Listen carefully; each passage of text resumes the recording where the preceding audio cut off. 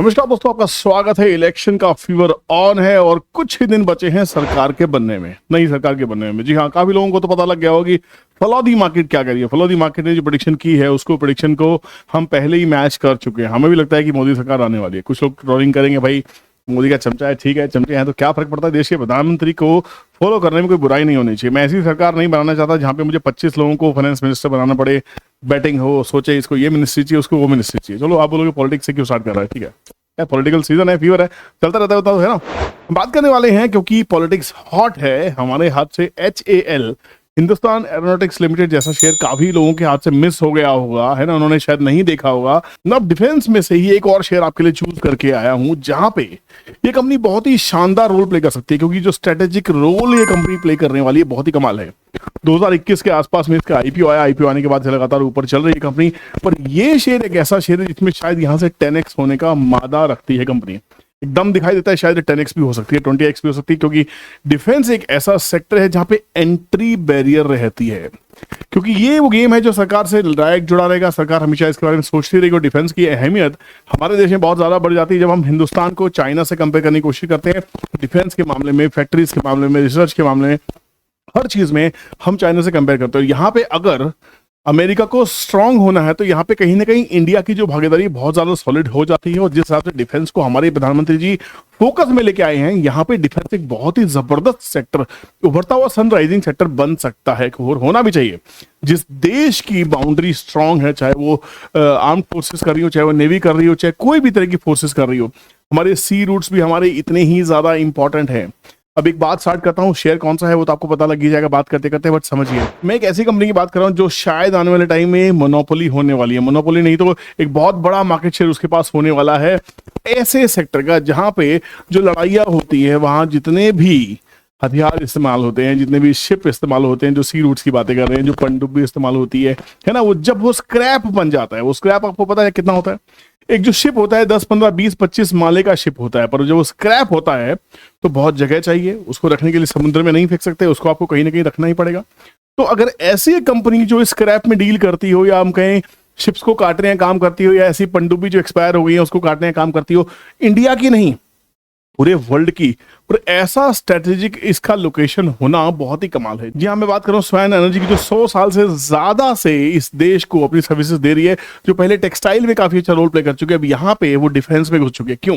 कुछ समय पहले ही अनिल अंबानी की रिलायंस नेवल को पूरा अधिग्रहण किया है इन्होंने, पूरा NCLT से उठाया और टेक ओवर किया है। अब सोचिए, रिलायंस नेवल को अनिल अंबानी नहीं चला पाए, इतना कर्जा उन्होंने उठा लिया। ये बिल्कुल वैसा ही अनिल अंबानी के साथ में जैसा तुलसी तांतिया ने एक समय पे पूरा का पूरा विंड एनर्जी के अंदर में इन्वेस्टमेंट किया, बहुत एग्रेसिव हो गए, झेल नहीं पाए क्योंकि वहां पे विंड एनर्जी की रिक्वायरमेंट उस समय नहीं थी। आज है तो आज सुजलॉन बहुत ही कमाल की चीज बन जाती है। उस समय कांग्रेस के टाइम पे शायद हम अपने डिफेंस सेक्टर को इतना मजबूत नहीं देख रहे होंगे जितना हम आज देख रहे हैं। उस समय वो अपॉर्चुनिटी शायद उस समय नहीं दिखाई दे रही थी जो हम आज देख रहे हैं। ये बिल्कुल भी पॉलिटिकली ड्रिवन वीडियो नहीं है, ना ही इसके पैसे मिले भाई, ठीक है ना। मैं आपको बता दूं, बहुत ही बिल्कुल एक चवन्ने नहीं मिली इस वीडियो को बनाने के लिए।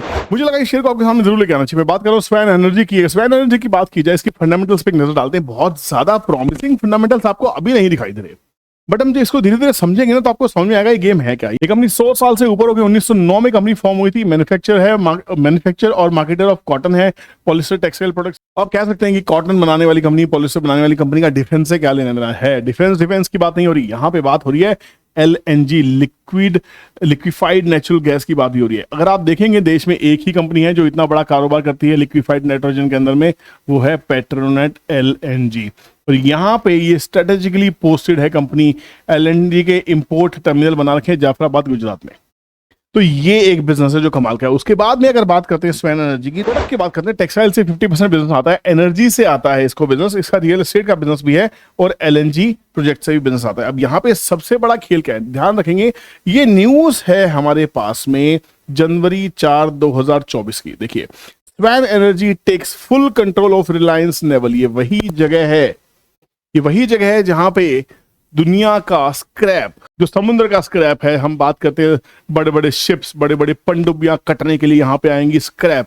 यहाँ पे सिर्फ मेटल नहीं होता, मेटल के अलावा और भी बहुत सारी चीजें होती हैं जो कहीं ना कहीं काम में आती है, क्योंकि जो एक टाइम के बाद में जब स्क्रैप बन जाता है तो इसको आप सी शोर पे नहीं फेंक सकते, समुद्र में नहीं गलने के लिए छोड़ सकते, ना ही आपके पास में इतनी बड़ी लैंड होती है जिसके पास पड़ा रहे और कबाड़ इकट्ठा होता रहे। इसको कट किया जाएगा, इसको रिसाइकिल किया जाएगा। बेसिकली हम कह सकते हैं ये इस इंडस्ट्री की रिसाइकलिंग बिजनेस के अंदर में है। और जो पोर्ट हमारे पास में स्वाइन एनर्जी के पास में है, ये लार्जेस्ट है, लार्जेस्ट इन एशिया, मैं कह सकता हूँ लार्जेस्ट इन वर्ल्ड भी कह सकता हूँ, जो इस तरह के डिफेंस के जो इक्विपमेंट्स हैं उसको कटने के लिए, रिसाइकलिंग के लिए ये पोर्ट स्ट्रेटेजिकली सबसे बेस्ट बन जाता है।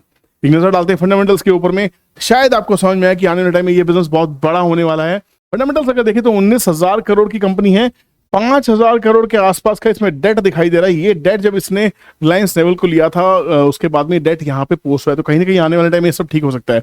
ईपीएस कंपनी का 10.5 है, आरओसी अभी कुछ खास दिखाई दे नहीं रही है, ये बिल्कुल भी अट्रैक्टिव नहीं है। अगर आप इसको देख के काम करने की कोशिश करेंगे तो आपको बिल्कुल समझ नहीं आएगा।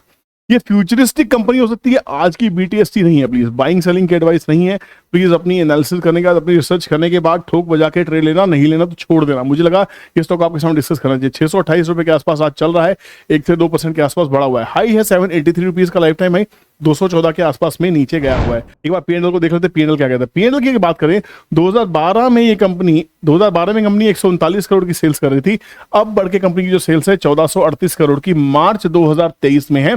और ट्रेलिंग 12 मंथ्स में इसके ऑर्डर अगर आप देखेंगे तो दिमाग खराब हो जाएगा। 4,500 करोड़ की सेल कंपनी कर चुकी है। मार्च 2024 के अभी डेटा पूरा आना है।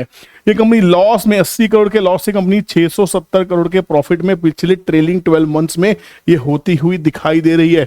अब असली खेल अगर आप देखेंगे क्वार्टर ऑन क्वार्टर का देखेंगे तो यहाँ पे और अच्छे से, अभी तक मार्च के जो रिजल्ट है सामने नहीं आए। मार्च के रिजल्ट इसके ट्रेलिंग 12 मंथ्स के बेसिस पे बहुत ही शानदार दिखने वाले हैं। तो यहाँ पे देखिए सेल्स लगातार बढ़ रही है। 100 करोड़ की सेल 2022 दिसंबर में थी और बढ़ते बढ़ते 900 करोड़, 800 करोड़, 1200 करोड़, 1600 करोड़। ये क्वार्टर ऑन क्वार्टर सेल्स बढ़ रही है। प्रॉफिट क्वार्टर ऑन 50 करोड़ से बढ़ते बढ़ते 200 करोड़, प्रॉफिट भी 4x के आसपास हो चुका है। प्राइस 4x नहीं हुआ है, तो क्या प्राइस में ऐसा दम दिखाई देता है? अगर बात करें ये एनालिसिस करने के लिए आपके पास ट्रेडिंग टर्मिनल होना चाहिए। मेरे पास स्पायर्स में यूज कर रहा हूं। यहाँ पे हम देखते हैं ये कंपनी के पास में क्या दमखम दिखाई देता है, हो क्या रहा है कंपनी के अंदर में। कंपनी को मंथली चार्ट पे देखेंगे तो शायद थोड़ा सा एनालिसिस बहुत अच्छे से हो जाएगा। यहाँ पे इस कंपनी को देखते हैं कि ये फिलहाल इसमें बहुत अच्छे शिकारी आ गए हैं। शिकारी कौन है? ये शिकारी है, ध्यान दीजिएगा। ये शिकारी कहां से आना शुरू हुए? ये शिकारी, ये जो इन्वेस्टर्स थे जो मेरे साथ पुराने हैं, इस मजाक को समझ सकते हैं। ये कंसोलिडेशन थी, ये समझिए 350 रुपए के आसपास का कंसोलिडेशन। 200 से 350 की रेंज में ये कंपनी ट्रेड किया करती, 200 से 350 की रेंज में ये ट्रेड किया करती। ये ब्रेकआउट हुआ, ब्रेकआउट होने के बाद स्टॉक डबल हो गया। अब यहाँ पे थोड़ी सी प्रॉफिट बुकिंग जरूर दिखाई दे रही है, पर ऐसे स्टॉक्स में प्रॉफिट बुकिंग कोई मैटर नहीं करती है। हो सकता है ये स्टॉक 600 रुपए का वापस 500 रुपए आ जाए। ये 500 रुपए आया भी है, ध्यान से देखेंगे 700 रुपए का हाई लगाने के बाद में कंपनी 500 रुपए के आसपास, 500 रुपए से नीचे 450 के आसपास में रिट्रेस कर चुकी है। 450 की रिट्रेसमेंट करने के बाद वापस आज 628 रुपए के आसपास का इसका टारगेट दिखाई दे रहा है। ये प्राइस चलता हुआ दिखाई दे रहा है। यहाँ पे हर भाव के ऊपर में बायर दिख रही है। सेलिंग हुई थी पर एब्जॉर्ब हुई है, बायर्स दोबारा से आना शुरू है। आरएसआई के अंदर थोड़ी स्ट्रेंथ दिखाई दे रही है। मंथली चार्ट है, वीकली चार्ट नहीं है। मुझे क्या लगता है, जो मेरा सेटअप है 5 है 13 का सेटअप, अगर मान लीजिए 200 रुपए के ऊपर ब्रेकआउट हुआ है तो 200 रुपए से कम 4x और मल्टीप्लाइड बाय 5x, तो मोटा मोटा 800 रुपए से लेके 1000 रुपए का टारगेट। तो इसका मंथली 5, 8, 13 जो ईएमए सेटअप जो आप देख रहे हैं, 3 मूविंग एवरेज जो लगी हुई है, इसके सेटअप के हिसाब से मंथली चार्ट के ऊपर में जब ब्रेकआउट मिलता है तो स्टॉक 4x से 5x हो जाता है। ये मेरा एक्सपीरियंस है, कोई टिप नहीं है ना। तो मैंने ऐसा होते देखा, तो कम से कम 800 से 1000 रुपए तो ज्यादा दिखाई दे रहा है कम से कम। ये तो पहला पड़ाव दिख ही रहा है मुझे लग रहा है ना। पर यह है कि इसमें थोड़ा नीचे आएगा अगर मान लीजिए डिप आता है, क्योंकि इलेक्शन के रिजल्ट कैसे होंगे कैसे नहीं होंगे, बाजार चुनाव के रिजल्ट्स को कैसे एक्सपेक्ट करेगा, अच्छा करेगा बुरा करेगा, उस रिएक्शन में अगर ये स्टॉक गिरता है तो आपकी वॉच लिस्ट में ये स्टॉक होना चाहिए। क्योंकि ऐसे स्टॉक अगर आप देखेंगे तो आपको फिर बाद में मौका नहीं मिलने वाला है। बट ध्यान से देखिए, यहाँ पे एक बहुत ही बढ़िया सी मंथली डॉजी दिखाई दे रही है। मंथली डॉजी का क्या मतलब है? मंथली डॉजी का मतलब है जो विक है, दिस इज मोर देन 80% जो विक है वो जो नीचे की तरफ है। नीचे का मतलब ये क्या है? ये बाइंग का प्रेशर है, मतलब इसमें बाइंग हो रही है, सेलिंग नहीं हो रही। अगर ये उल्टी डॉजी होती, ये ऐसा होता तो मैं कहता ये सेलिंग का प्रेशर था, पर ये अभी हमें यहाँ पे दिखाई दे रहा है बाइंग का प्रेशर दिखाई दे रहा है, तो यहाँ पे बेसिकली बाइंग बनती है, सेलिंग इसमें नहीं बनती है। अब लेवल्स क्या हो सकते हैं, लेवल्स निकालने के लिए हम चलते हैं ट्रेंड ट्रेडिंग कैलकुलेटर के पास में। ईटीसी कहता है 600 रुपए के बाद में इसका ब्रेकआउट है 625, 625 के बाद 650, 76, 700 रुपए। तो 700 रुपए तक का टारगेट यहाँ तक कंफर्म हो रहा है, 625 के ऊपर आप ट्रेड कर रहा है, तो स्टॉप लॉस छोटा सा हो जाता है। कहाँ लेना आपकी मर्जी होनी चाहिए, है ना। तो दोस्तों जब भी मैं कोई स्टॉक आपको इस चैनल के ऊपर डिस्कस करता हूँ, आपको सिर्फ तब मिलेगा जब आपने इस चैनल को सब्सक्राइब करके रखा हुआ। तो पहले चैनल को सब्सक्राइब कर लीजिए, बेल नोटिफिकेशन ऑन कीजिए, दोस्तों से शेयर करना मत भूलिएगा। वीडियो पसंद आया हो तो कमेंट सेक्शन में कमेंट जरूर कीजिएगा, बताइएगा नेक्स्ट वीडियो कहाँ चाहिए। और अगर आपको नहीं पता इस चैनल पे क्या क्या डिस्कस हो चुका है, तो इस चैनल के ऊपर हाल फिलहाल में हम काफी चीजें डिस्कस कर चुके हैं। आरटीएन पावर के ऊपर में क्या असली सच्चाई है उसके बारे में, आरटीएन पावर के ऊपर पहले ही बहुत सारी वीडियोस बनाई है, तो काफी कंटेंट आपको यहाँ मिल जाएगा। बहुत सारे आपके जो हॉट स्टॉक्स हैं जिसके ऊपर आप डिस्कशन कर रहे हैं सब मिलेंगे। निफ्टी हाई पे है, क्या करना चाहिए, दो बेस्ट स्टॉक्स जो पीएसयू जो ब्रेकआउट होने वाला है, बहुत सारी चीजें है ना। सुजलॉन में क्या करना है, जेपी पावर में क्या करना है, एचसीसी में क्या करना है, बहुत सारी चीजें हैं। जुबिलेंट फूड देखिए कब दिया, जुबिलेंट फूड कब दिया था आपको, मैं देखिए 2 हफ्ते पहले जुबिलेंट फूड दिया। जाने से पहले एक नजर डाल रहे हैं जुबिलेंट फूड आज क्या चल रहा है, रैंडम है बिल्कुल। मैंने इस वीडियो को पहले नहीं बनाया, तो प्लीज एक बार देख लेते हैं जुबिलेंट फूड। अगर बात करते हैं 2 हफ्ते पहले, वीकली चार्ट लगाएंगे, वीकली चार्ट देखेंगे कि एग्जैक्टली 2 हफ्ते में वीकली चार्ट क्या कहता है। ये करंट हफ्ता है, 2 हफ्ते पहले चलते हैं 1-2। ये स्टॉक कहाँ था, इस वीडियो पे जाके देखना, एनालिसिस करना। ये स्टॉक चल रहा था 480 रुपए के आसपास में जब मैंने आपको ये वीडियो बना के दिया था। 2 हफ्ते के अंदर में स्टॉक अभी 520 रुपए का हाई लगा चुका है। स्टॉक वहां दूंगा जहां मुझे लगेगा चाल आनी चाहिए। छोटे स्टॉक्स में कभी कभी पंटर स्टॉक्स होते हैं, हमें फंसा लेते हैं, ठीक है, मार्केट का गेम है। मार्केट को समझो, एक स्टॉप लॉस को डिफाइन करो, टारगेट डिफाइन करो, उसके बाद देखे चलो, है ना। स्वैन एनर्जी के एक बड़े टारगेट्स को देखना है तो चलते चलते एक बार फिबोनाची लगा लेते हैं कि स्वैन एनर्जी के बड़े टारगेट्स क्या हो सकते हैं। स्वैन एनर्जी देखिए, आपको मैं हमेशा सिखाता था, इसके चार्ट को थोड़ा सा स्क्वीज करेंगे और थोड़ा सा और स्क्वीज। हमारे पास एक स्विंग होना चाहिए, एक बॉटम और एक स्टॉक। हमारे पास में स्टॉक यहां से चल के यहां तक आ चुका है। यहां से लेके अगर हम बात करते हैं, ये अगर बॉटम फॉर्मेशन की बात करते हैं, यहां से स्टॉक 200 रुपए से चला था, तो अब देखिए सपोर्ट रेजिस्टेंस सब कुछ सामने क्लियर है।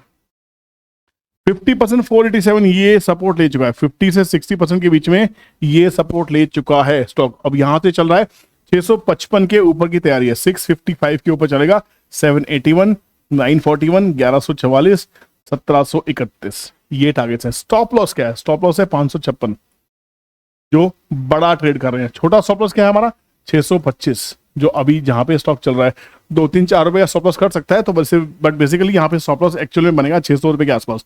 600 के नीचे ये वीक रहने वाला है, 600 के ऊपर जब तक है we are actually heading towards all the uppish level as पर दी फिबोनाची। चलिए वीडियो इतना ही था, और आपका प्यार चाहिए, आपके कमेंट चाहिए, आपका लाइक चाहिए, ताकि मैं भी मोटिवेट हूं ऐसा कंटेंट आपके साथ दोबारा शेयर करने के लिए। ध्यान रखिए, टेक केयर, बाय बाय, जय हिंद।